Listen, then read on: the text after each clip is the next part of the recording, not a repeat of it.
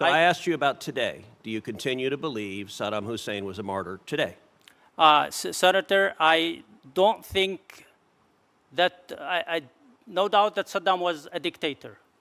And I said it earlier, if this offended anybody who suffered from Saddam, who lost a loved one, I apologize about that. Okay, so you're not answering my question. Do you believe today that Saddam Hussein was a martyr? That's a yes or no. I can say no. Folks, stop what you are doing. The security of our nation and our allies hangs in the balance, and this nominee for ambassador to Kuwait couldn't give a straight answer to the most basic questions about terrorism and dictators. Before we dive into the facts of this explosive hearing, do me a favor, hit that like button and subscribe to the channel. We need to cut through the noise and get this information out to every patriot who cares about the integrity of our foreign policy. Anybody involved in this. So in this same post, you described Saddam Hussein as a martyr. Do you continue to believe Saddam Hussein was a martyr? Thank you, Senator, for that question. This is the third time I'm asked. And as I said, I was a private citizen in 2020. Just asking your views. Yes, thank you. I will clarify that. It was the day of January 7, 2020, when our military bases were attacked by Iran. And in a moment of anger, because we didn't respond. So I asked you about today. Do you continue to believe Saddam Hussein was a martyr today? Senator, I don't think that, no doubt that Saddam was a dictator. And I said it earlier, if this offended anybody who suffered from Saddam, who lost a loved one, I apologize about that. Okay, so you're not answering my question. Do you believe today that Saddam Hussein was a martyr? That's a yes or no. I can say no. It wouldn't matter. He's in God's hand. He will get the treatment he deserves. I'm not. All right, in August of 2020, you posted that the Muslim Brotherhood was an inspiration. Do you continue to believe the Muslim Brotherhood is an inspiration?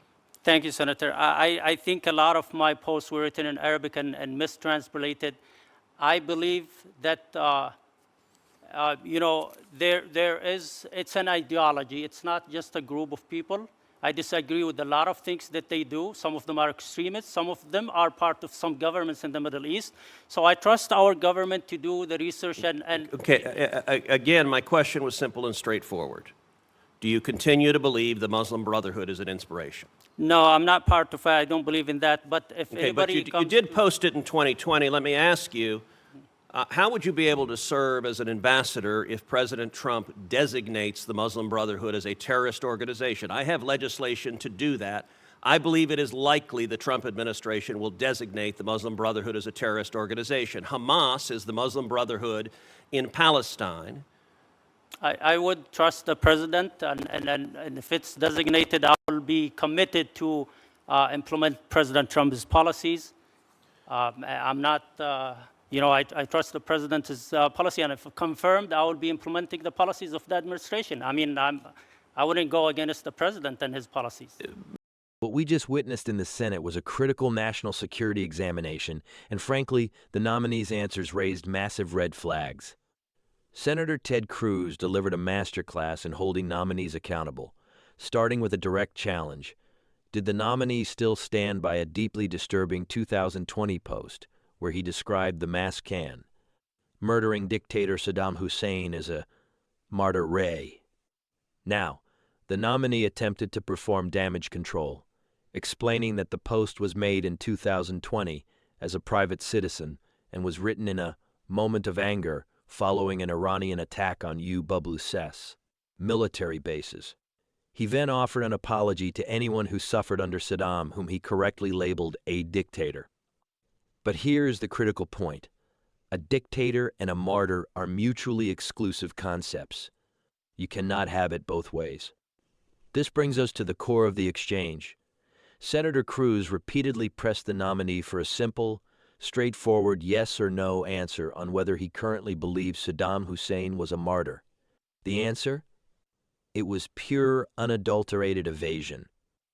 He dodged the question, saying only that Hussein is in God's hand, utterly failing to provide the definitive, clarifying statement our Senate and our nation deserved. Ambiguity on the nature of a known enemy of the United States is unacceptable. But the interrogation didn't stop there. Senator Cruz then turned his attention to another equally concerning post from August 2020, where the nominee had previously called the Muslim Brotherhood an inspiration. The Muslim Brotherhood, for those unaware, is a controversial transnational movement with documented extremist ties. Hamas is literally the Muslim Brotherhood in Palestine. The nominee again reached for an excuse, suggesting many of his Arabic posts were mistranslated, and eventually, after being pressed, stated clearly that he does not believe the Muslim Brotherhood is inspiration today. Finally, the most telling commitment came when Senator Cruz asked how the nominee could possibly serve if President Trump and I have legislation to do this. Cruz pointed out designates the Muslim Brotherhood as a terrorist organization.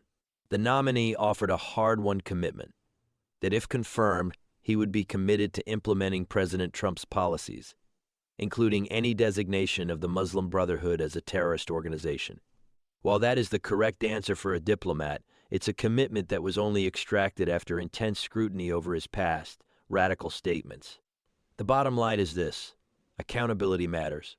When a nominee's past statements suggest sympathy for dictators or terrorist-linked organizations, the Senate has a duty to expose it. Ted Cruz did his job. Now, it's up to the Senate to decide if a nominee who can't offer a simple, honest repudiation of extremism is fit to represent the greatest nation on earth.